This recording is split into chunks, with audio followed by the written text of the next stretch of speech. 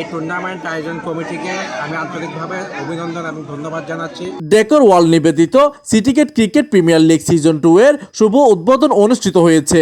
বর্ণাঢ্য আয়োজনে ক্রিকেট প্রেমী দর্শক ও ক্রীড়ানুরাগীদের উপস্থিতিতে টুর্নামেন্টের পর্দা ওঠে।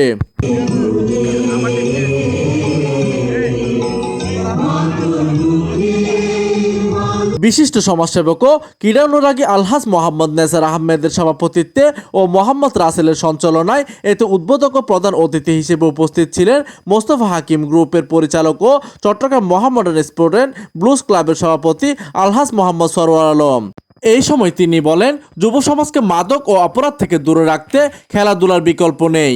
এই ধরনের টুর্নামেন্টে স্থানীয় প্রতিভা বিকাশে গুরুত্বপূর্ণ ভূমিকা রাখবে বলে তিনি জানান। আমরা বিভিন্ন সময়ে বিভিন্ন জায়গায় খেলাধুলাকে আমরা উৎসাহিত করি।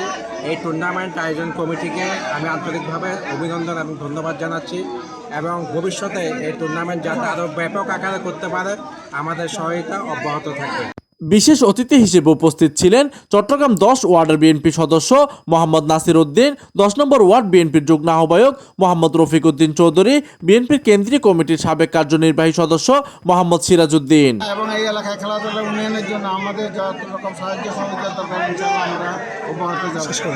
আজকে আমাদের এই সিন্ডিকেটের এলাকায় নেই ওই রকম কোনো রাষ্ট্রের বিভিন্ন পর্যায়ে আমাদের এই এলাকার মানুষরাই নেতৃত্ব দিয়েছেন। এদিকে টুর্নামেন্ট আয়োজনে ছিলেন ইশতিয়াক আলী তানবীর, মোহাম্মদ শহীদুল ইসলাম, মোহাম্মদ সোহেল ও মোহাম্মদ তহিদুল আলম সহ অন্যান্যরা।